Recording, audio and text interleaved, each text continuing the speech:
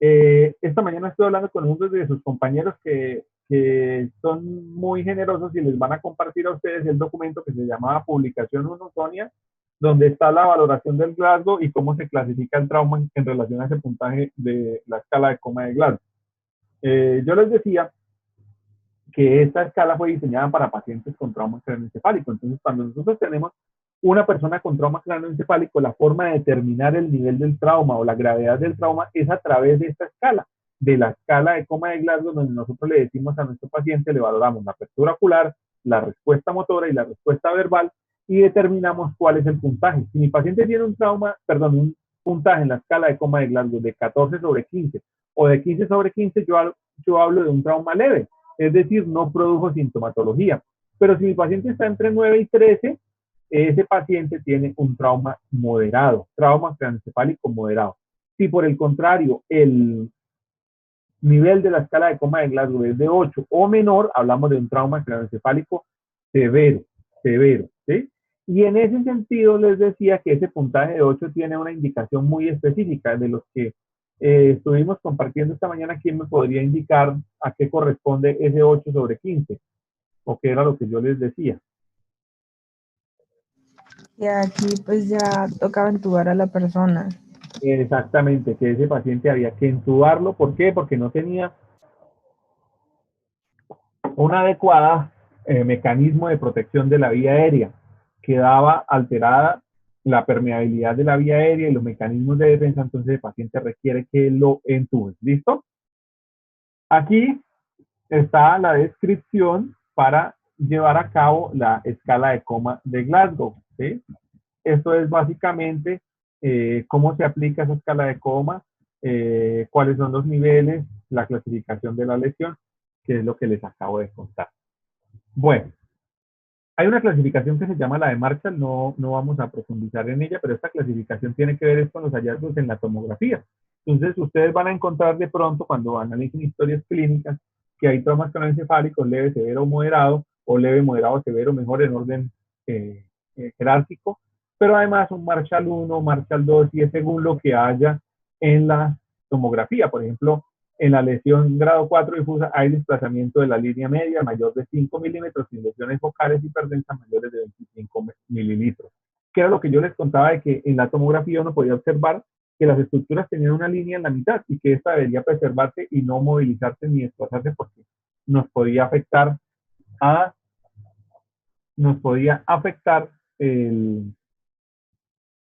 el espacio intracraneal. Escúcheme un segundo porque qué pena, voy a estar ahí de aquí a allá. Listo, no, ya.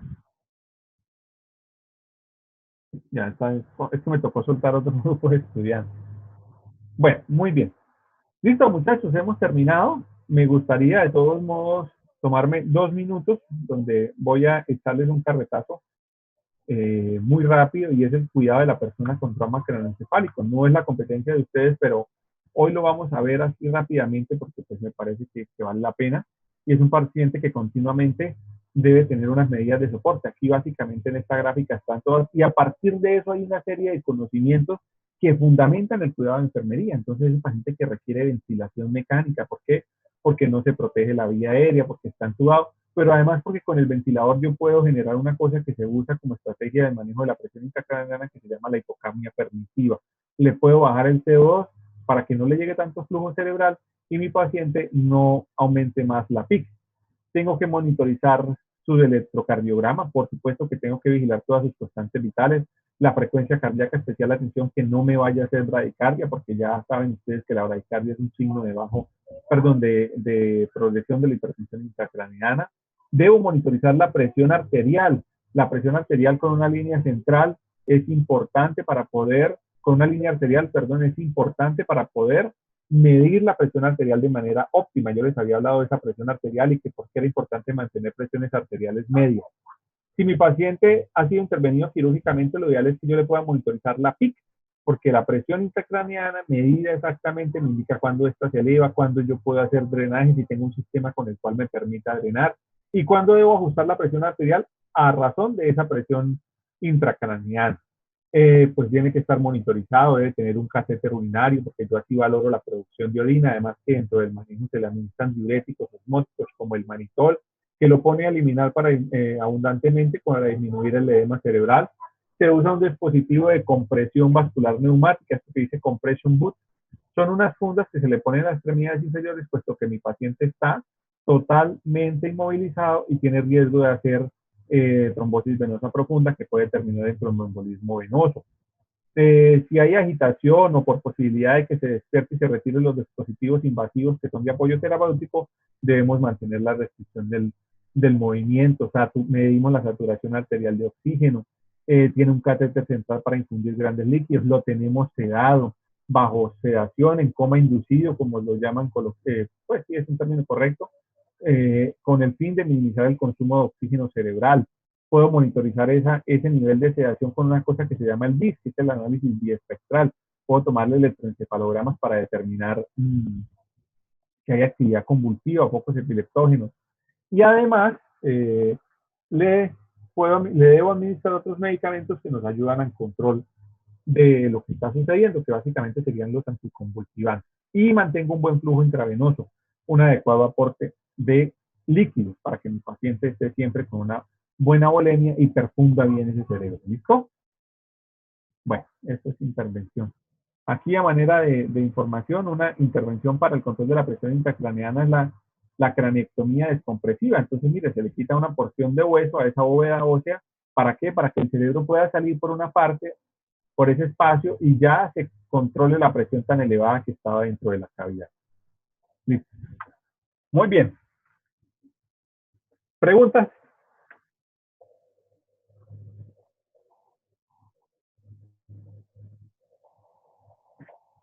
¿Preguntas?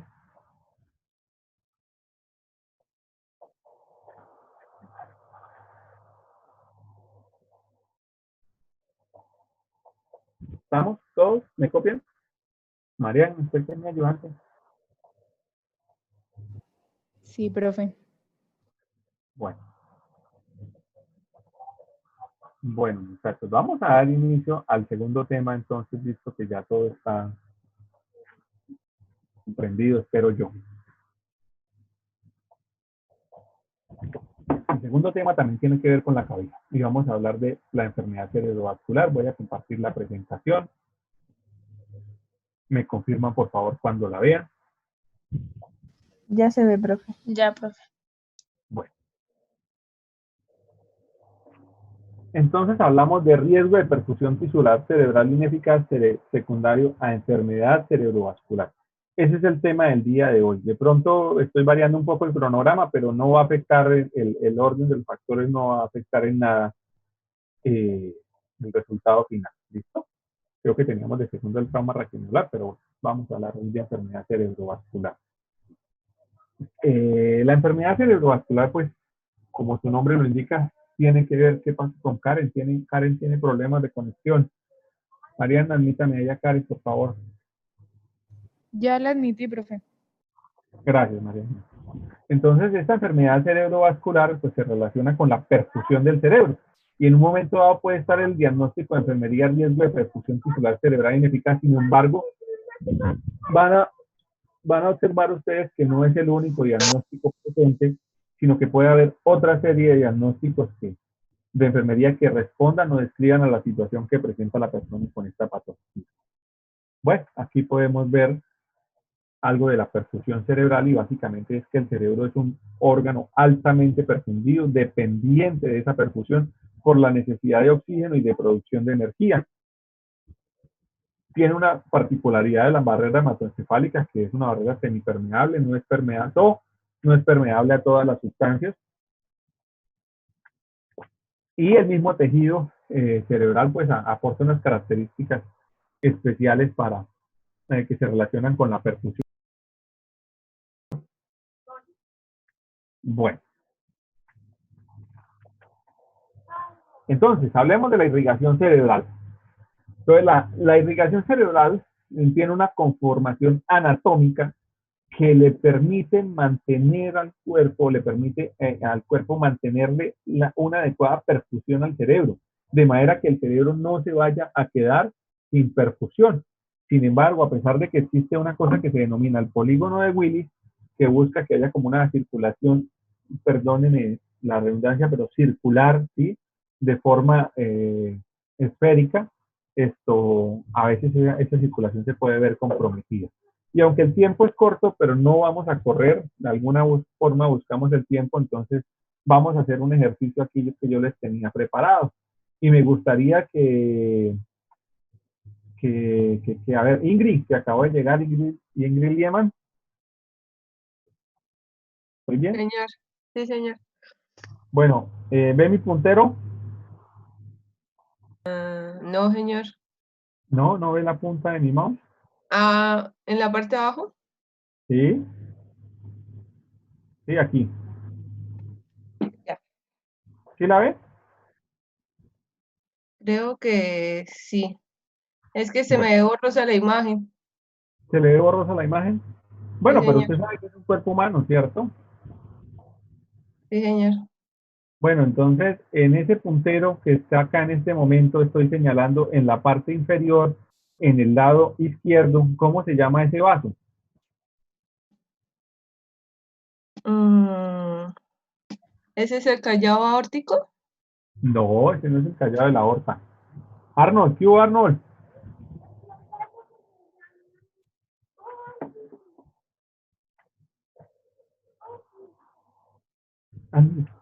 Ay, Arnold, Profe, él escribió. ¿qué escribió que no veo chat? Valentina Tolosa.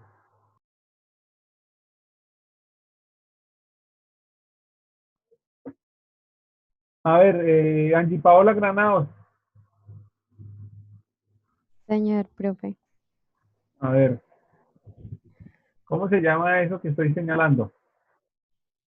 el sexto, Señalado de audífonos. Ok. Dime. el número 6, ¿sí? No, yo estoy señalando acá en la parte inferior. Ay, no veo, profe. Profe, es que no se le ve el puntero. Sí, Yo lo veo. yo no. Bueno, pues ustedes tienen una imagen. En la Ujú. parte inferior central hay 3 arterias. Estamos hablando de irrigación, o sea, de flujo arterial. ¿Cierto? En la parte inferior de la imagen, en el centro, hay 3 arterias. Hay una a la izquierda, una en el medio y otra a la derecha. La de la izquierda es un poco más gruesa. La pregunta es para todos, el que sepa, perdón, que por favor escriban en el chat cómo se llama esa arteria. ¿Es la brachiocefálica? ¿Cómo?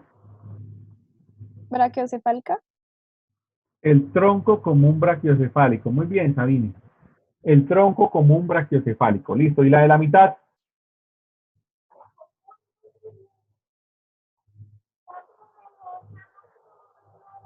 Profe, ¿cuál mitad? Abajo hay 3 arterias. Ah, Una a la izquierda, una en el centro y una a la derecha de la imagen. ¿Sí? Listo. Dice Valeria que es la carótida común. ¿La carótida común qué? Ahí le falta el apellido. Derecha, pregunta Valeria. Oiga, ¿y el resto se le dañó el chat? Entonces la carótida común izquierda. Izquierda. Muy bien, Arno. Ya confundo derecha con izquierda. Bueno, importante ubicarnos. Y la de la derecha, la que en la imagen de su computador está a la derecha, ¿cómo se llama esa arteria?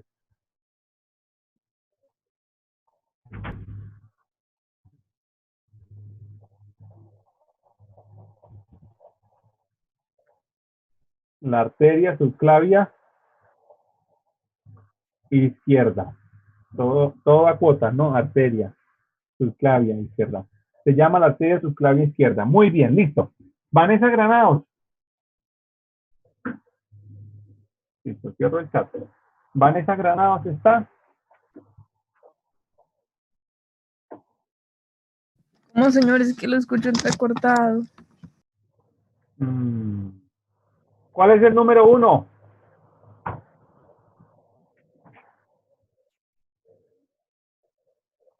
¿Arteria vertebral? Arteria vertebral. Muy bien, listo. Daniel Fajardo. Arteria espinal inferior. Ah, Arteria vertebral. Esto es una arteria vertebral. Daniel Fajardo, Dígame, profe. número 2. La 2, profe, arteria vertebral común. No. La 2. Cuando se unen, forman. Lina, muy bien, la basilar. Así la auxiliar.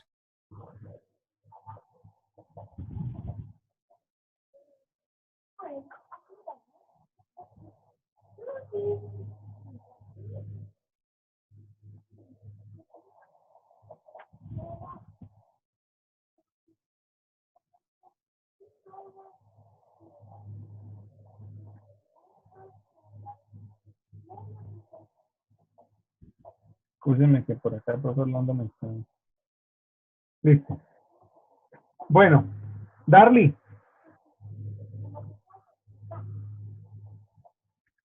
Señor, Darly. El número 3.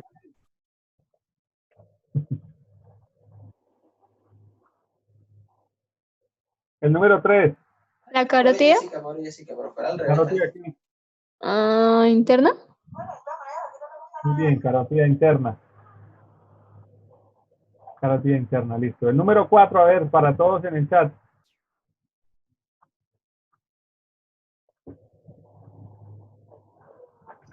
Arteria cerebral. Cerebral posterior. Cerebral media, arteria cerebral media. ¿Quién da más? ¿Quién da menos? Cerebral posterior. Posterior. La 5. Cerebral media. Cerebral media. Listo. ¿Y la 6? Cerebral anterior. Muy bien. Y acuérdense que hay unas arterias comunicantes, ¿no? La comunicante anterior, la comunicante posterior. Bueno. Muy bien. Mensaje que debemos hacer un repaso de la vasculatura cerebral para poder comprender estos fenómenos que vamos a ver el día de hoy. Entonces, ese es el mensaje.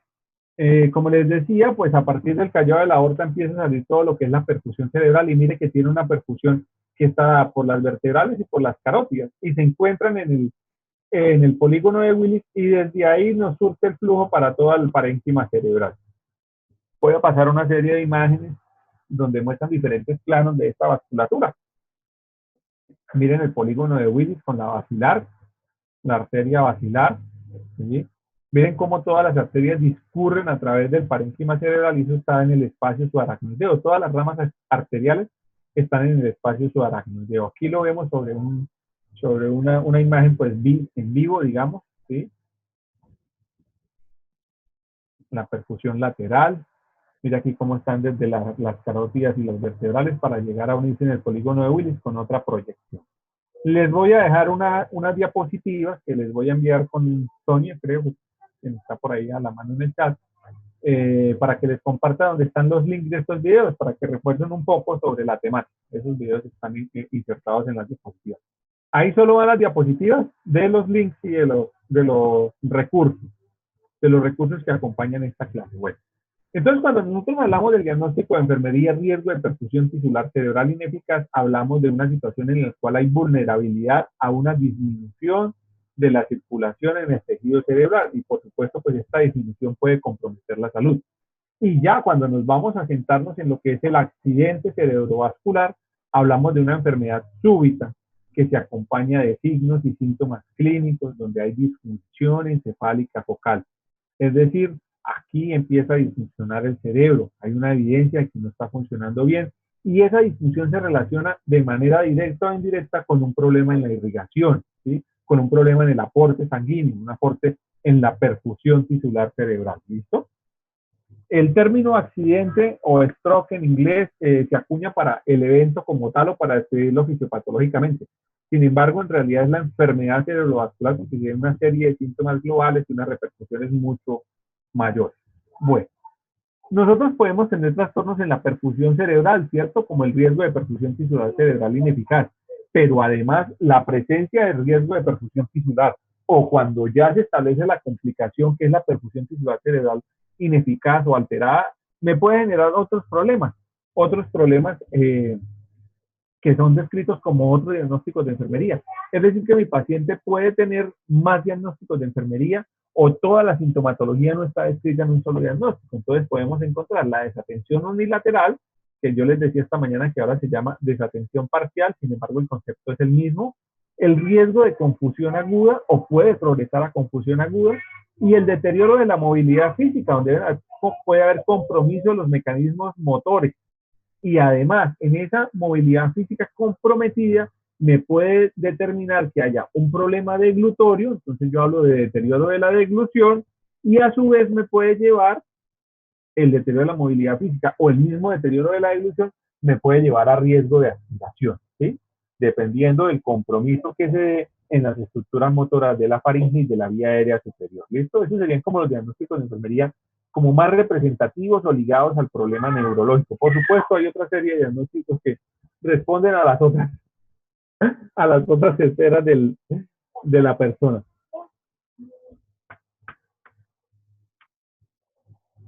Bueno, cuando hablamos de la enfermedad cerebrovascular, es importante pues aclarar que es uno de los primeros lugares en morbimortalidad en nuestro país, ¿sí? Tiene una repercusión porque es causa de años de vida perdidos, ¿sí? Años de vida potenciales que pueden ser explotados al máximo, se pierden. ¿Por qué? Por esta enfermedad y por las secuelas que esta deja, ¿sí? Es frecuente en las personas mayores de 50 años, pero en personas jóvenes también puede presentar. 80% de la presentación es de tipo isquémico y 20% es de tipo hemorrágico. Profe, ¿qué es eso? Ya lo vamos a ver cuando hablemos de la clasificación de esta enfermedad cerebrovascular. Y por supuesto, la enfermedad cerebrovascular es un desastre.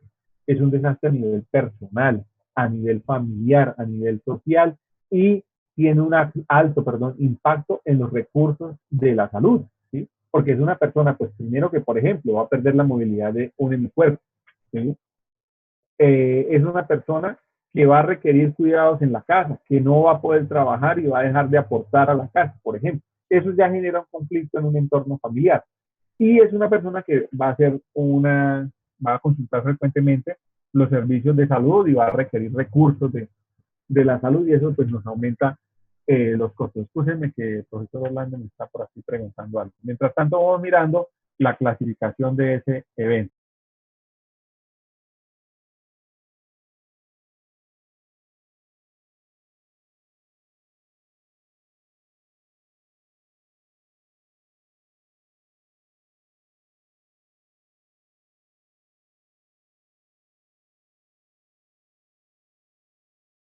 Profe, tiene el micrófono silenciado.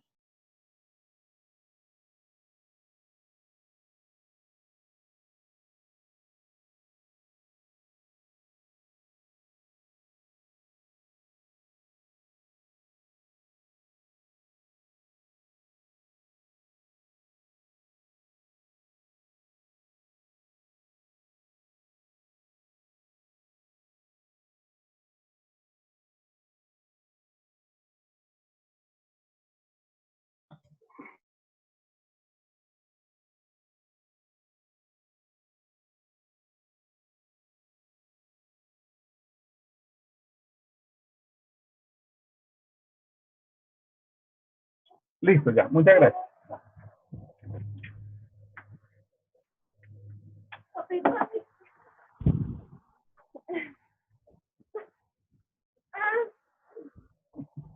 Bueno, continuemos. Entonces, en el evento cerebrovascular puede ser de tipo oclusivo o de tipo hemorrágico. ¿Qué es eso? Vamos a ver ese, ya entrando en lo que es la fisiopatología y los procesos que se dan. Bueno, entonces el evento cerebrovascular oclusivo, yo creo que aquí, bueno, veámoslo así. El evento cerebrovascular oclusivo puede tener tres presentaciones, ¿sí? Puede estar la isquemia cerebral transitoria, la trombosis cerebral y la embolia cerebral. La trombosis cerebral, cuando hablamos de trombosis cerebral, es porque se forma un trombo dentro de la circulación cerebral. Se forma un trombo. ¿Cuál es la primera causa? Los procesos ateroescleróticos y arterioscleróticos, es decir, cambios inflamatorios en las paredes arteriales o cambios relacionados con los depósitos de grasa. ¿sí? Con las placas ateroscleróticas que se forman por excesos de proteínas de alta densidad, es decir, proteínas del colesterol. Pueden haber infecciones que me produzcan inflamación de los vasos, como la arteritis y la vasculitis, o procesos autoinmunes, hay una vasculitis autoinmune. Y algunos procesos infecciosos, como la sífilis, y la TBC cerebral, o la tuberculosis cerebral, que me causan daño en el vaso y eso me lleva a que se formen unos trombos dentro del vaso, ¿sí? ¿Cuál es el mecanismo de producción? No sé si ya lo vieron. Llegó Karen. No sé si ya lo vieron en la parte de cardiovascular, pero el mecanismo de producción es que la placa va creciendo, la placa hace unos procesos de reacción de oxidación de la placa, y la placa se rompe. Esa ruptura me activa la cascada de la coagulación y hace que se me forme un trombo en ese punto de la arteria, ¿sí? A nivel arterial. A nivel arterial se va a formar un trombo ahí. ¿Listo? Y luego tengo la otra forma de oclusión, donde es la embolia cerebral. La embolia cerebral es una partícula que viene de un sitio distante y se obstruye y me genera oclusión de la circulación. La embolia es una partícula que viene de un sitio distante. Entonces, ¿qué me puede generar embolismos cerebrales? Las arritmias, ¿sí? Todos los trastornos del ritmo o la mayoría de trastornos del ritmo que afectan al miocardio tienen una particularidad y es que también, así como se genera la actividad eléctrica irregular, se genera una actividad contráctil irregular. Es decir, que el corazón no se contrae muy bien, ¿sí? ¿Por qué? Porque tiene latidos muy rápidos o irregulares o por partes. Entonces, ¿qué hace eso? Que la sangre se estanque. Cuando la sangre se estanca, y pierde su propiedad de circular frecuentemente en un flujo inalterado o un flujo laminar, tiende a coagularse. Si yo tengo un depósito de sangre, un remanente de sangre ahí, o un poco de sangre amontonada, escúchenme la palabra, pues ella se coagula, ¿sí? Se forman coágulos. Y posterior a eso, esos coágulos se desprenden y salen a la circulación general. Entonces ahí hacemos el recorrido que acabamos de hablar y tenemos un coágulo que asciende se abre la válvula aórtica, tengo la aorta ascendente, sube el coágulo, llega y se encuentra con el callado de la aorta, como decía nuestra compañera, luego sube al tronco como un brachiocefálico, luego el tronco como un brachiocefálico puede tomar la arteria subclavia derecha y la arteria subclavia derecha ascender por la arteria vertebral derecha y en la arteria vertebral derecha seguir viajando hasta la arteria basilar y entrar al polígono de Willis y por ahí cruzarse por la arteria cerebral media derecha y seguir penetrando hasta que llega un punto donde ese coágulo no anda más, ¿sí? No anda más y ¡pum! Ahí llegó y se obstruyó. Es como si usted tuviera una manguera, el ácido oclusivo como este. Usted tiene una manguera y va a regar su jardín, pero de pronto venía una piedra procedente de las tuberías o una pepa de mamón y esa pepa llegó y pasó por los grandes tubos, pero cuando llegó a la manguera que tiene un calibre menor, ¡pum! Ahí se quedó atrapada, ¿cierto? Eso sería embólico. Usando el mismo símil de la manguera, si fuera trombótico, entonces sería la manguera que de pronto empieza a acumular lama. Se empieza a acumular lama y se va amontonando ahí los detritos y finalmente se ocluye, ¿sí? En una viajó en la sustancia, la partícula que ocluyó venía viajando y en la otra se fue formando ahí mismo, ¿listo? Eso, volviendo al tema de las arritmias, entonces yo voy a tener que es un fenómeno cardioembólico, es decir, un émbolo que tiene origen arterial. ¿Qué embolizó? Un trombo, porque lo que embolizó fue un trombo o un coágulo, ¿sí? El trombo o coágulo es el producto final de la coagulación. Entonces, al haber embolizado un trombo o un coágulo, pues ese trombo me ocluye la circulación, pero por ser un trombo o un coágulo que viajó de otra parte, no es trombótico, es embólico. ¿Quedó claro? ¿Me hice entender? Samuel. Sí, señor. Samuel, ¿are you here? Profe, Sí, señora. entonces, si se habla de trombosis, se habla de que el trombito está ahí quieto. De que el trombo está ahí quieto, está, pues no tanto como quieto, sino que nació ahí, porque en el otro también se va a quedar quieto. El émbolo llega y se queda quieto en un punto donde no pasa más, ¿sí? Y por Ah, supuesto, ok. cuando el émbolo llega o cuando el trombo se forma, de ahí en adelante no pasa sangre y pues usted va a tener un déficit en la perfusión. ¿Listo?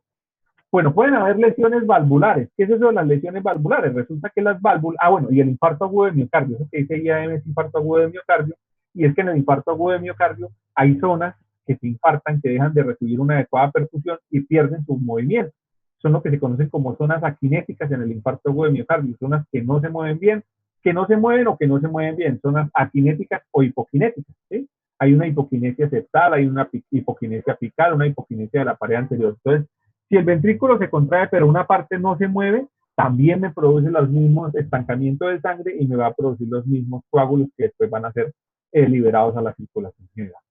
Las válvulas cardíacas, ¿sí? A nivel de las válvulas cardíacas pueden romperse las válvulas en el infarto, pueden haber lesiones en las válvulas o pueden haber procesos infecciosos como en la endocarditis bacteriana. La endocarditis bacteriana se caracteriza porque dentro de las cavidades cardíacas se forman unas cosas que se llaman las vegetaciones. ¿Y qué es? Haga cuenta que es como un musgo que le crece a las válvulas, pero es un musgo formado por bacterias, ¿sí? Entonces las válvulas se llenan de crecimientos bacterianos, de vegetaciones, y quedan ahí con esas vegetaciones libres. En algún momento esas vegetaciones, como están en la válvula y la válvula son flotantes, tienen tanto movimiento, se pueden liberar las vegetaciones, se sueltan a la circulación y producen el mismo efecto. Al igual que en la cardiopatía reumática puede tener un comportamiento similar. Bueno, pero hay otra parte. Hay una parte donde tenemos aire que ingresa en el torrente en la circulación. Puede haber aire. Ay, se me pasó una burbujita, profe, cuando estoy administrando los medicamentos. ¿Cierto? Ay, se me olvidó purgar el equipo y le pasé aire a mi paciente. Ese aire puede llegar al pulmón y generar una embolia gaseosa o puede llegar al cerebro y producir una embolia cerebral. Entonces su paciente va a tener una enfermedad cerebrovascular derivada de un émbolo que gracias a el estudiante de enfermería se lo regaló. ¿Listo? Pueden haber partículas sépticas, partículas de grasa, partículas tumorales. Por ejemplo, hay algunos tumores intracavitarios, como el caso del mixoma, que es un tumor que crece en las aurículas, y ese queda es una pepa ahí flotando también, que se mueve y suelta partículas de tumor. Y esas partículas viajan por toda la circulación y llegan al cerebro en alguna porción y ahí ocluyen el flujo arterial. ¿Listo? Eso era oclusivo. Es decir, cuando a mí, cuando la circulación cerebral algo me la obstruye, cuando llegó una pepa y obstruyó mi manguera, cuando se formó una serie de crecimiento dentro de la luz del vaso y no me permite que yo irrigue de ahí en adelante. ¿Listo? Luego tengo la otra forma que es el evento hemorrágico. Todo eso lo vamos a ver hoy. El evento hemorrágico tiene dos formas principales, que son la hemorragia intracerebral y la hemorragia subaracnoidea. Ay, profe, usted hace un momento y hace unos días, el 4 o 5 de noviembre, entre las 16 y las 18, nos decía que la hemorragia subaracnoidea también se puede dar por el trauma. Sí, es cierto, la hemorragia subaracnoidea también puede ser de origen traumático, pero lo más frecuente es que la hemorragia subaracnoidea esté dada por unas estructuras que se llaman los aneurismas. Se rompen los aneurismas y me causan hemorragia subaracnoidea. También puede estar causada por esta MAB. ¿Qué es la MAB? La malformación arteriovenosa. ¿Profesor qué es? Tranquilos que más adelante, en la diapositiva número 172, está eso de malformaciones arteriovenosas, que yo creo que lo vamos viendo como en el siguiente encuentro. Bueno, esa hemorragia intracerebral tiene como principal causa, ya me estoy adelantando, la crisis hipertensiva. Entonces, ¿cuál es el problema del ácido hemorrágico? En el ácido hemorrágico, algo se rompe y hace que la sangre se salga del vaso. Entonces, cuando yo estoy regando el jardín, resulta que mi manguera tiene un roto, ¿sí? Entonces la sangre se me va, en este caso el agua se me va a ir por ese roto y lo que me va a llegar a donde debería llegar no llega en suficiente cantidad. Ese es el comportamiento del ácido hemorrágico. Hay pérdida sanguínea, se nos sale la sangre del vaso y no me va a llevar o no me va a llegar suficiente aporte sanguíneo al tejido que debería llegar. Pero además esa sangre que se me salió, que no es en el jardín, sino dentro de la cabeza, me produce hipertensión, porque es una cosa adicional a lo que aumenta volumen en un espacio reducido. ¿Qué más me puede producir hemorragias o ácido hemorrágico? Los problemas de coagulación, los trastornos sanguíneos, las displasias sanguíneas o el paciente que está anticoagulado. Entonces, esa persona que tiene una arritmia, que a la mayoría de personas que tienen arritmias, para prevenir lo que yo les contaba de que se formen trombos porque no hay una buena contractilidad, les dan un medicamento anticoagulante, ¿sí? Y ese anticoagulante, pues, voy a decir una redundancia, pues mantiene anticoagulado al paciente. Y es el paciente que cuando se cae, se pega en la cabeza, yo también me caí, me pegué en la cabeza y no me pasó nada, pero esa persona sí hace un evento cerebrovascular hemorrágico y se muere. ¿Por qué? Porque estaba anticoagulado. ¿Quién más puede hacer hemorragia subaracnoidea o hemorragia intracerebral? Ah, el que tuvo trauma craneoencefálico, lo que usted nos explicó, profe, lo que nos mostró, ¿cierto? La hemorragia intracerebral o intraparenquimatosa y la hemorragia subaracnoidea, junto con los dos otros hematomas que nos habló en el trauma, que son el epidural y el subdural. Por eso quise unir estas dos clasecitas, porque ahí nos ubicamos. Cuando uno ve esto por primera vez, todas suenan iguales, ¿cierto? Hemorragias subaracnoidea, que le mató mal uno, entonces, y como las dos clases pues son como de la cabeza, entonces dice uno, bueno, ¿cuál es SB y cuál es trauma? Entonces de pronto es importante que ustedes hagan este esquema y diferencien bien qué es cada cosa, ¿sí? Porque ahí se pueden confundir. Bueno, sigamos. ¿Vamos bien o vamos perdidos? Sobreviviendo. Sobreviviendo. Bueno, la olla a presión. Entonces, aquí hay a continuación una serie de imágenes que nos describen lo que pasa en esos dos tipos de evento cerebrovascular. Que ya les decía que el término anglosajón es el stroke, ¿cierto? Entonces tenemos aquí el SB tipo isquémico, ¿sí? U oclusivo. ¿Por qué? ¿Por qué me gusta más oclusivo? Porque en ambos hay isquemia. Y aquí se me rompe, vuelvo y les pongo el ejercicio. Si a mí, el ejercicio de la manguera y el jardín, si yo voy a regar mi jardín y a mí se me sale aquí una piedra, pues no voy a regar el jardín porque el agua no va a ser suficiente, no va a pasar. Pero si a mí se me rompe la manguera antes de la salida, también voy a dejar a mis rosas, a mis flores sin agua. ¿Por qué? Porque tengo una fuga de gas y de agua. No, de agua solamente, perdón. Bueno, sigamos.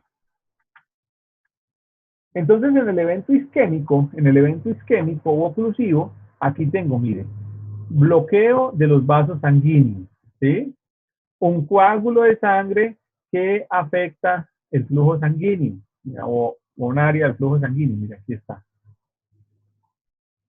Pérdida de flujo sanguíneo al área afectada.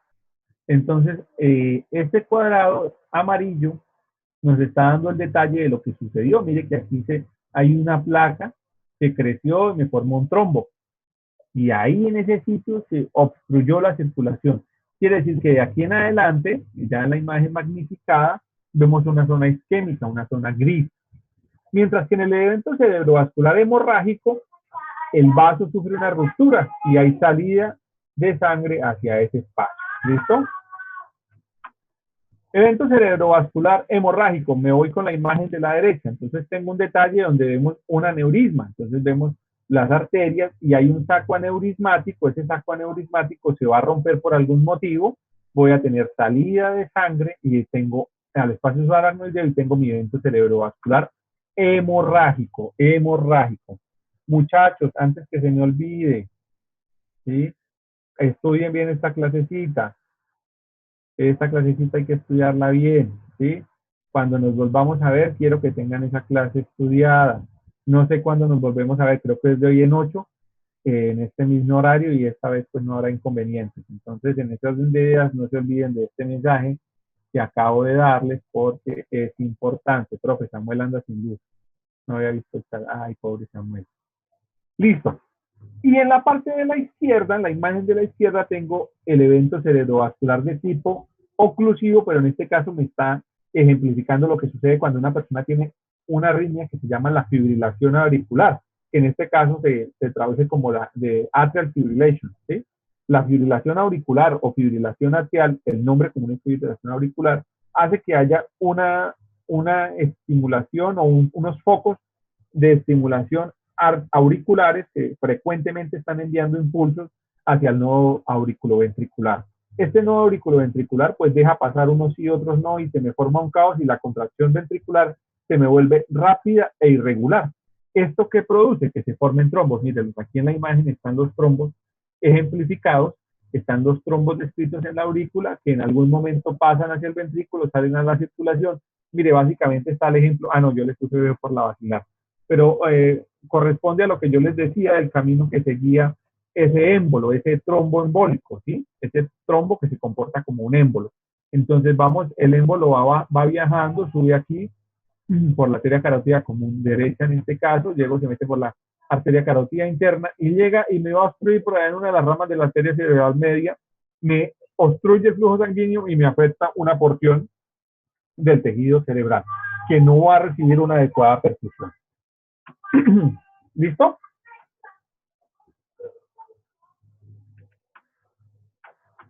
Mire, ahí vemos. ¿Este qué sería? ¿Cómo clasificarían ese fenómeno que están viendo? Sería una trombosis porque es oclusivo. Es oclusivo primero. ¿Oclusivo qué? Pues, Es ¿cómo? que no- Es, ¿Oclusivo qué? ay, perdón, ya le digo. embolia cerebral. Es una embolia. No, pero es un trombo. ¿Una embolia? Es uno oclusivo embólico. Oclusivo embólico. Entonces, ahí ya empezamos de pronto a correlacionar con lo que dice la gente, es que mi papá le dio una trombosis, ¿sí? Le dio un ACV oclusivo de tipo trombosis, o podría ser embólico, la gente lo llama una trombosis cerebral.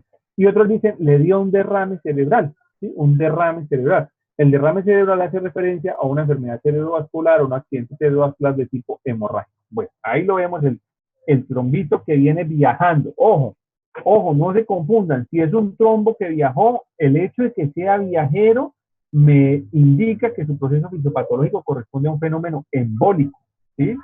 A mí, ¿qué puede viajar por las arterias? Grasa, tumores, aire, vegetaciones, partículas sépticas y trombos o coágulos. Pero porque sea un trombo no es trombótico, es embólico. Si en el caso de enfermedad cerebrovascular oclusiva, trombótica, el trombo se forma ahí mismo. Tiene que ver con una alteración patológica de la arteria. Y aquí vemos un detalle de un proceso hemorrágico. Miren. Si ven cómo empieza a salir la sangre a ese espacio subaracnoideo, pero es que además me está mostrando, mire cómo el tejido que está alrededor empieza a comprimir, ¿sí? Entonces esto me genera también hipertensión intracraneana, porque yo les decía, además la sangre yo les decía, si a mí se me riega la sangre de la manguera en el jardín no pasa nada, pero aquí sí porque es una cavidad reducida y esto me aumenta el volumen de los compartimientos. Bueno, ¿qué factores de riesgo hay para la enfermedad cerebrovascular? Los mismos de siempre. Por favor, no van a copiar eso. Pero si ustedes se van a la ANANDA, donde está su diagnóstico de riesgo de perfusión tisular cerebral ineficaz, estos son los factores de riesgo que tiene el diagnóstico que están planteados en la ANANDA. Voy a leerlos. Mejor dicho, léanlos y me preguntan por qué, si no lo entienden. Si no entienden por qué pueden causar la enfermedad cerebrovascular.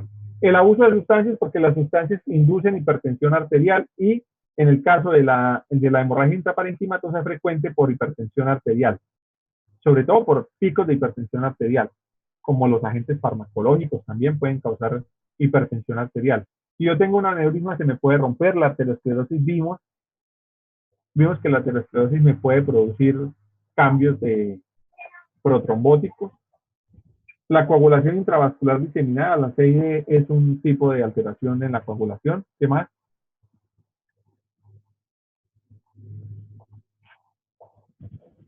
FA es fibrilación auricular.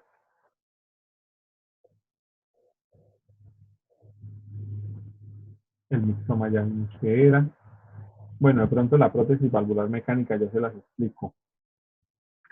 Segmento del ventrículo izquierdo aquinético, que es lo que les contaba del infarto agudo de miocardio, donde hay zonas que no se mueven bien. TPA normal y TPTA normal son tiempos de coagulación, son los tiempos de coagulación que están anormales. Entonces, la gente que tiene trastornos de la coagulación. ¿Listo? En la prótesis valvular mecánica resulta que cuando a las personas se les dañan las válvulas cardíacas, requiere una intervención quirúrgica que es el reemplazo valvular. Le quitan la válvula y le ponen otra. Le ponen una prótesis de un muerto, puede ser, por ejemplo, una prótesis biológica de un animal que sea compatible, o le ponen una prótesis mecánica, que es un dispositivo mecánico, eléctrico, no, metálico que hace la función de la válvula. ¿Sí? Eso está chévere porque esos pacientes usted los ausculta y les escucha ya de la válvula, que es un dispositivo pues totalmente extraño, ¿no?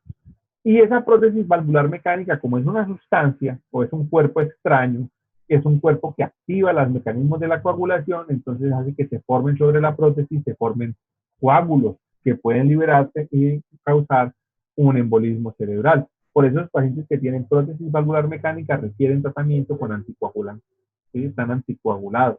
Les dejan crónicamente anticoagulación y hay unas recomendaciones para mantener el INR de 2 a 2.5 veces por encima del valor normal.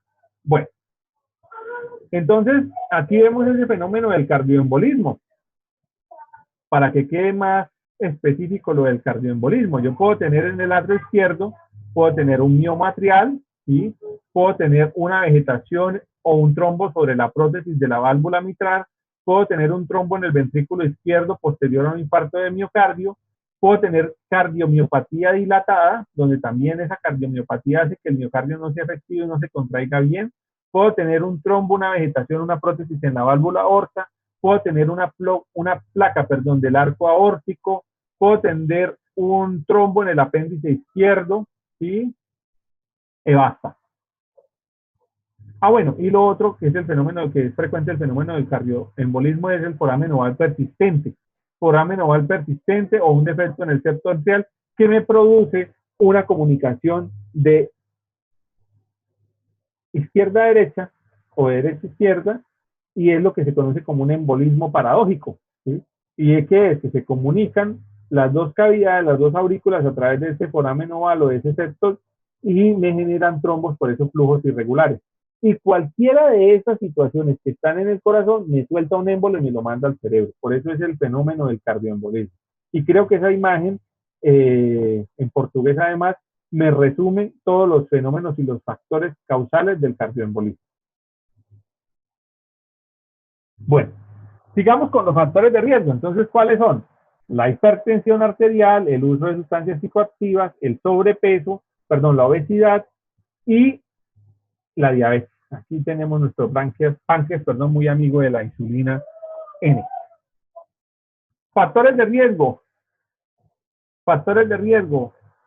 El sedentarismo, el uso de cigarrillo, la hipercolesterolemia, ¿sí? La cardiopatía, y aquí tenemos los efectos en las arterias. Miren que la enfermedad arteriosclerótica pues es una enfermedad generalizada, no solamente supeditada a las arterias coronarias, sino en todos los vasos del cuerpo puede estar presente, y aquí nos va a desencadenar el evento cerebrovascular. Entonces ahí vemos cómo esas arterias van cambiando su estructura y nos pueden causar o nos pueden propiciar la aparición de ese evento cerebrovascular. ¿Listo? Bueno, vamos a entrar ahí en una parte fisiopatológica. ¿Hasta el momento tienen alguna pregunta o van bien?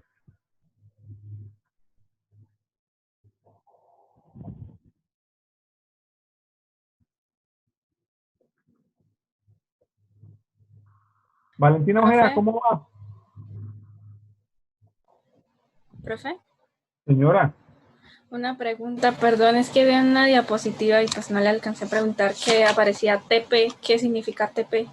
TP se llama tiempo de protrombina y TPT tiempo parcial de protrombina. Tiempo parcial de tromboplastina. Listo, tiempo de gracias, protrombina profe. TP y tiempo parcial de tromboplastina, el TPT. Ahí estaban los dos como anormales. María Alejandra Rueda. Señor. ¿Cómo va? Bien, profe. ¿Bien? Sí, señor. ¿Seguimos o nos devolvemos? Sigamos. Bueno, sigamos hasta que nos lo permita. Entonces, hablando fisiopatológicamente, el problema es que se altera el flujo sanguíneo cerebral, ¿sí? El flujo sanguíneo cerebral se ve comprometido, ya sea porque se ocluyó por un trombo que nació ahí, se ocluyó por un émbolo que llegó, se disminuyó porque se me perdió una porción por otra parte que se me rompió la arteria, ¿listo? Entonces, el flujo sanguíneo cerebral normal corresponde o se expresa en la unidad de mililitros por cada 100 gramos de tejido por minuto. Y el corazón, el cerebro órgano altamente dependiente del flujo sanguíneo para poder hacer todos esos procesos de pensamiento que estamos haciendo aquí. Imagínense yo aquí con un flujo sanguíneo cerebral disminuido, para echarles todo este carretazo que les estoy echando, pues estaría como complicado porque no podría esta cabeza estar haciendo todos esos procesos mentales que desarrolla en este momento. Necesita continuamente estar siendo perfundido. Lo mismo ustedes, si no tienen un buen flujo sanguíneo cerebral, no estarían prestando atención ni comprendiendo lo que les estoy explicando, pero como sé que en la flor de la juventud ustedes están con una perfusión tisular excelente, estoy seguro que van a comprender toda esta temática. Bueno, más o menos por cada 100 gramos de tejido de cerebro, nosotros recibimos entre 50 y 60 mililitros por minuto. Cuando el flujo sanguíneo cerebral se disminuye, ¿sí?, ya empezamos a tener manifestaciones e inclusive lesiones irreversibles de los procesos neuronales. Entonces, si el flujo sanguíneo cerebral está entre 20 y 25 mililitros por cada 100 gramos de tejido por minuto, va a haber un enlentecimiento del electroencefalograma.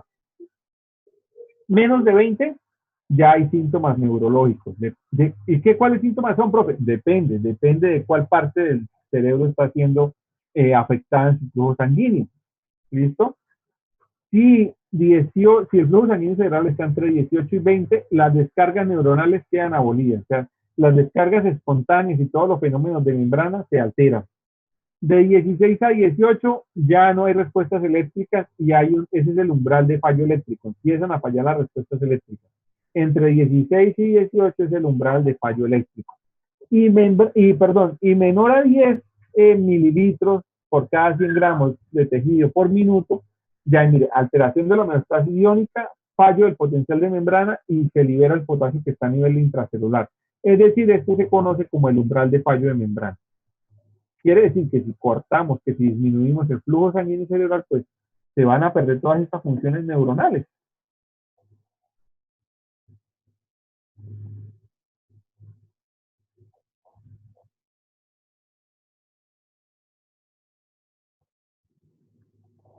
Escúchenme un segundo que por acá me... Bueno. Entonces, cuando yo tengo disminución del flujo sanguíneo cerebral, empiezo el fenómeno isquémico y ahí también tiene una serie de reacciones, como lo veíamos en la lesión secundaria del trauma craneoencefálico. Aquí vienen unos procesos dependientes de la ausencia de oxígeno y de glucosa que activan otros procesos alternos, pero que tienen productos finales que nos causan lesión irreversible y hasta la muerte. Entonces, mire, cuando hay isquemia, ustedes saben ya por todos los fenómenos bioquímicos que estudiaron que activa el metabolismo anaeróbico. La isquemia implica disminución del aporte de oxígeno y disminución de la glucosa. Entonces, cuando el metabolismo anaeróbico se activa, acuérdense que el metabolismo anaeróbico produce ATP, pero no en la misma cantidad, no los mismos 32 ATP del ciclo de Krebs. Y tiene un producto final del ácido pirúvico que es el lactato o el ácido láctico, ¿sí? Ese ácido láctico es lesivo en todos los tejidos. Entonces, por eso el metabolismo anaeróbico, aunque nos suple energía, pues tiene sus consecuencias. Entonces, el aumento del lactato, la elevación del lactato, nos lleva a lesión glial. Se me lesiona la glía y eso me lleva a lesión irreversible, ¿sí? Cuando el ATP está disminuido porque el metabolismo anaeróbico no es suficiente, se me alteran los procesos de despolarización, ¿sí? Las células no hacen un adecuado proceso de despolarización y aquí empiezan a liberarse los neurotransmisores excitatorios y aumenta el calcio citoplasmático. Tanto la despolarización como los neurotransmisores me aumentan el calcio citoplasmático y ese aumento en el calcio me induce a la liberación de radicales libres y los radicales libres en todos los procesos de respuesta inflamatoria, en cualquier órgano, en cualquier proceso fisiopatológico, son altamente lesivos y nos llevan a la muerte neuronal. Entonces miren cómo a partir del trombo que viajó, del trombo que se formó, de la hemorragia que se presentó, que altera el flujo sanguíneo cerebral, que ya vimos sus valores normales, se produce el fenómeno isquémico, se me activan los canales de metabolismo anaeróbico y me lleva a la lesión neuronal. ¿Listo? Bueno, ¿y qué se me lesiona? Ah, pues depende. Depende porque depende de la zona que esté comprometida y cuál es el impacto o cuál es el valor del flujo sanguíneo cerebral disminuido. Entonces, aquí tiene que ver, vamos a tener dos conceptos acá importantes, que es el centro isquémico, ¿sí? Lo que figura aquí como ischemic core, y es el sitio que está directamente o inmediatamente anterior o adelante de la zona isquémica, ¿sí? Ese es el centro isquémico. Y quiero decirles que ese centro isquémico está destinado a morir. ¿Por qué? Por los fenómenos que acabamos de ver. Pero alrededor del centro isquémico hay una zona que tiene una disminución del flujo sanguíneo, pero los mecanismos de circulación colateral me la pueden salvaguardar o mantener un grado de perfusión, que es lo que se conoce como la zona de penumbra o de penumbra isquémica, que si lo vemos en términos heroicos o en términos de intervención, es una zona que puede ser rescatable, ¿sí?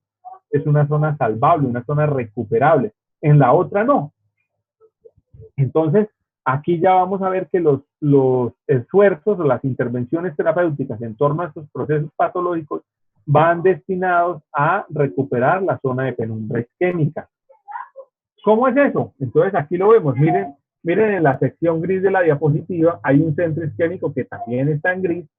Ese es el centro isquémico. ¿Por qué? Porque la obstrucción la tengo aquí en esta arteria carótida interna. Aquí pues sería como bueno, la carótida interna. Después hablamos de los segmentos. Y de ahí en adelante, pues no perfunde este punto. Pero hay una zona, hay una circulación colateral, alterna, paralela, que me perfunde el tejido que es alrededor de ese centro isquémico. Esto es la zona de penumbra. La ventaja es que esa zona de penumbra que queda medio aturdida, medio hipoperfundida, cuando nosotros oportunamente restablecemos el flujo sanguíneo cerebral, esa zona es recuperable. Mientras que la del centro no. Y en la sección izquierda de la imagen, entonces está la arteria fluida, que es este punto, y este círculo rojo. Luego tenemos inmediatamente posterior la zona de infarto isquémico, que está aquí como en un color lila. Y miren que esta arteria, antes de la zona de oclusión, tiene unas ramitas que están bordeando y me ayudan a perfundir de manera indirecta, no en la misma proporción, pero sí es útil, y mantiene unos flujos sanguíneos aceptables, me mantienen en esa zona de penumbra. Y eso pues es importante porque la lesión sería mucho mayor o con un territorio mucho más extenso, donde no existiera esta zona de penumbra isquémica.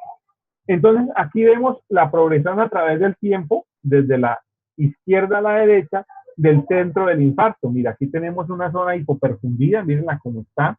Esta zona que se ve aquí como naranja, que ellos la describen como red, como color rojo. Yo lo veo naranja, no sé, pero bueno, ustedes entienden a cuál me refiero. Ese es el centro isquémico, ¿sí? A medida que el tiempo progresa, que se perpetúa en el tiempo esta oclusión al flujo sanguíneo, y no hay un restablecimiento del mismo, pues la zona de infarto isquémico, la zona de infarto o de centro isquémico se va ampliando, va aumentando su tamaño. Y finalmente lo que estaba hipoperfundido como penumbra va a quedar totalmente infartado, ¿sí? Entonces aquí teníamos una zona naranja de infarto isquémico, una zona verde de penumbra, y miren cómo ese color naranja ocluyó o ocupó todo ese espacio que estaba como penumbra.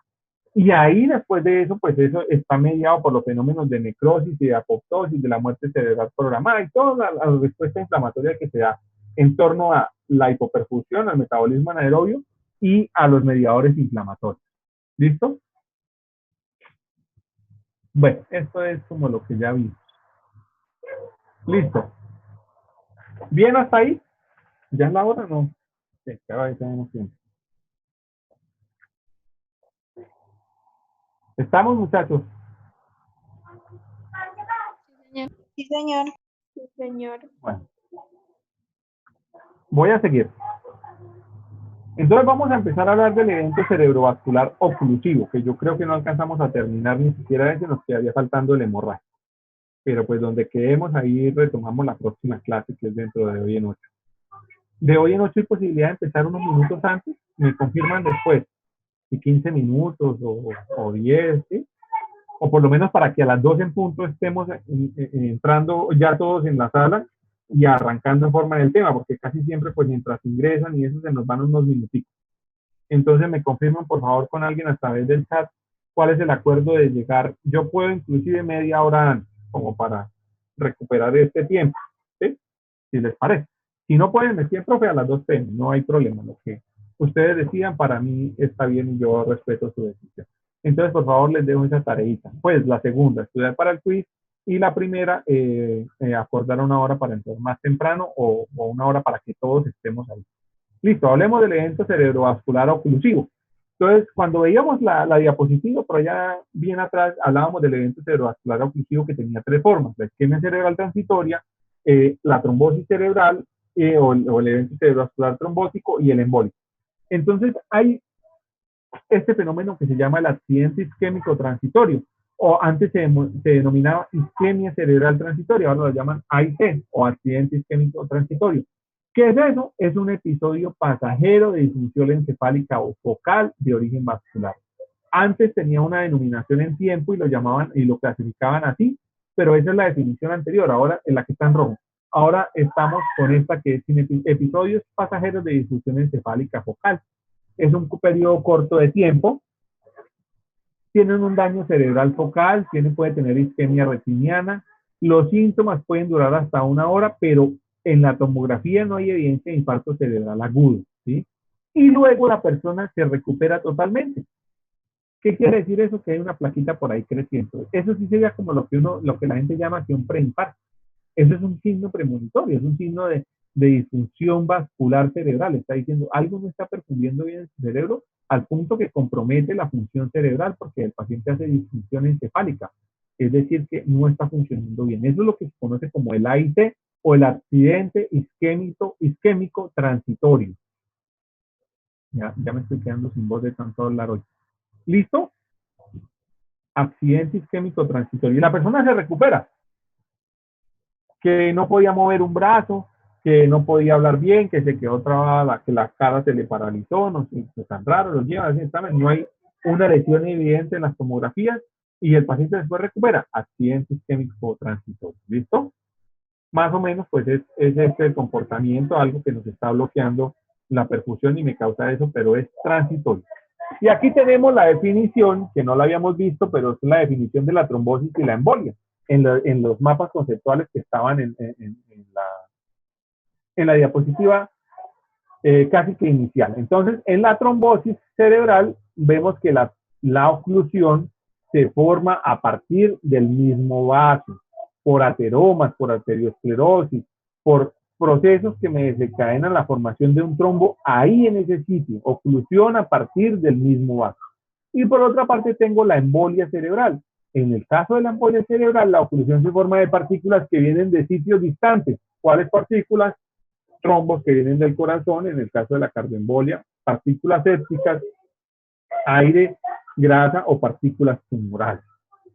Embolia cerebral, embolismo cerebral y trombosis cerebral. Los dos me pueden producir un evento cerebrovascular de tipo oclusivo. Nuevamente,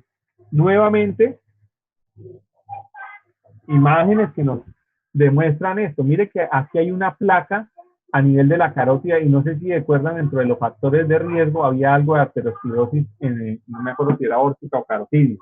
Pero en las carótidas suele suceder que los pacientes tienen placas de ateromas y esto me genera oclusiones. Imagínense una oclusión a nivel carotidio, pues la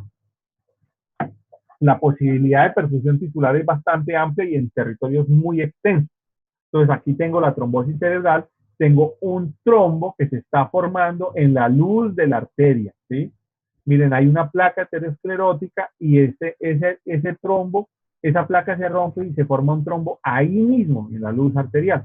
Por otra parte tengo la embolia cerebral. Entonces aquí viene un émbolo que venía viajando de un sitio distante, como dice la definición, empieza a pasar y llega a un punto en el cual no puede avanzar y ahí ya tengo una obstrucción en la circulación cerebral. ¿Listo?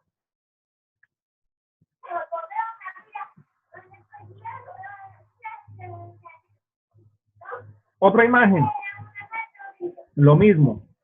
Otra imagen, lo mismo, con otro proveedor de imágenes. El trombo que se formó, mire, por una zona que está llena de una placa aterosclerótica, una arteria con depósitos de grasa que hacen una respuesta inflamatoria y que empieza a crecer y que se rompe, que se estabiliza la placa y se forma el trombo. Y un segmento donde se ocluye el flujo sanguíneo por una partícula embólica, en este caso un coágulo sanguíneo, pero ese coágulo viene de otra parte, no se me confundan por el hecho de que sea un coágulo. Por ejemplo, ¿de dónde viene? De la persona que tiene una fibrilación auricular, el señor que le da palpitaciones, que siente que se le pone el corazón a toda velocidad, empieza a sentir unas palpitaciones muy fuertes y siente rápido, se siente un poco mareado y después presenta sintomatología neurológica. ¿Qué le pasó? Hizo un paroxismo de fibrilación auricular, es decir, hizo un evento de fibrilación auricular y, perdón, y soltó un coágulo que viajó por la circulación y ocluyó el flujo sanguíneo cerebral. Mírenlo, aquí está ese cuadro isquémico y aquí está el ejemplo que les acabo de contar del cuadro embólico. Primero, ¿sí? Se pueden formar coágulos sanguíneos durante la fibrilación auricular. Aquí tenemos las aurículas fibrilando, unas aurículas que están así como vibrando de la velocidad con que se contraen, porque son 400 impulsos auriculares que se dan en un minuto, ¿sí? Y esos 400 impulsos auriculares viajan por los fascículos interauriculares, llegan al nodo AB, y el nodo AB deja pasar uno sí, otro no, uno sí, otro no, de manera irregular, y puedo alcanzar frecuencias ventriculares de 160, 200 contracciones por minuto. Entonces el paciente, la frecuencia cardíaca se sube a 200 por minuto, a 180. Como es tan rápido, no alcanza a hacer los fenómenos de sístola y diástola adecuadamente, no hay un buen llenado, no hay un buen vaciamiento, entonces la sangre se me acumula, se me amontona y se me coagula, se me forman coágulos. Se suelta el coágulo, o mejor aún, cuando el paciente le pone el remedio, perdónenme la expresión, le pone el remedio para la fibrilación, y empieza el corazón a funcionar y a contraerse bien. ¿Y cuál es el remedio? La cardioversión. Puede ser farmacológica o eléctrica. Entonces le ponen, así como en las películas, que le ponen la descarga, pero esta descarga es un poco con menos intensidad de corriente, y no es en el contexto del que se está muriendo, sino es algo programado, en el cual dice uno, bueno, vamos a descardiovertirlo, traigan el carro, vamos a sedar al señor, le explicamos, nos alistamos, y le pone uno la descarga. Esa es la cardioversión. En el momento en que uno descarga el corazón, ¡pum!, se resetea y empieza a funcionar en el ritmo sinusal normal, empieza a contraerse muy bien y expulsa los coágulos que estaban ahí.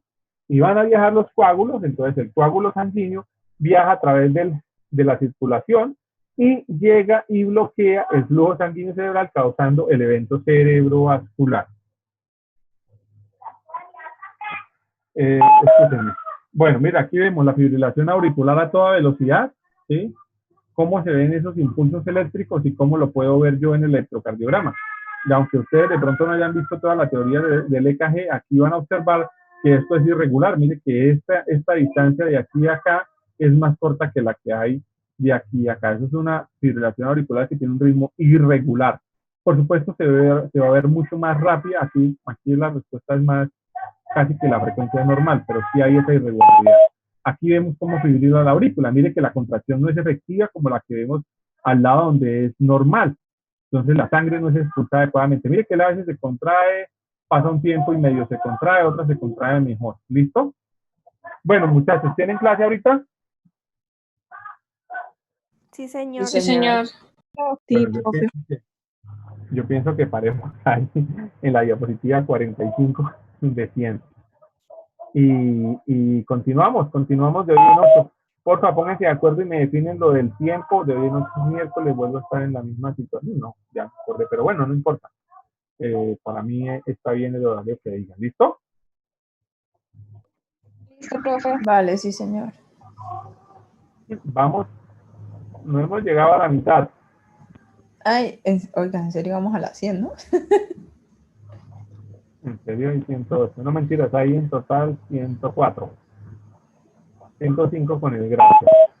Bueno, los dejo ahí, muchachos. Excúsennos, en nombre mío y en nombre de Orlando les ofrezco disculpas porque pues nos confundimos él y yo. No sé cuál de los dos. Yo le echaría la culpa a él, pero no puedo. No, mentira, no sé, nos confundimos porque yo le hice el favor de trabajar con ustedes hace 8 días, pero yo pensé que le había dicho que me pagara hoy. Y él no, dice que yo no le dije, entonces pues quedamos perdidos los dos. Solo que además que estábamos en clase, ambos tenemos clase ahorita, entonces ahí hicimos otro movimiento y pues por eso hubo esto. Les presento excusas nuevamente, qué pena con ustedes, asumimos la responsabilidad, pues yo asumo la mía, en realidad hablo ahorita en nombre propio, y me da pena pues porque esto no debe pasar este desorden, porque a mí no me gusta el desorden y por el contrario pues yo trato de ser muy ordenado.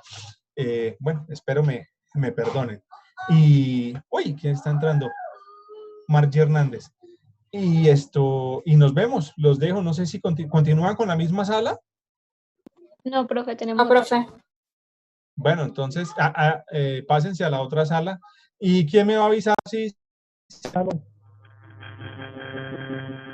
Para yo decirle... Preguntarle a esa persona qué respuesta tiene, porque como para dejar a alguien encargado de darme esa respuesta, pues. Sonia. ¿Sonia? Sí, Sonia. Ah, bueno, profe, entonces yo lo que digan ellos, sí, le comunico. Listo, y no se les olvide compartirle, por favor, Sonia, el documento de esta mañana, el de colores. Ah, listo, profe, yo se lo reenvío de nuevo.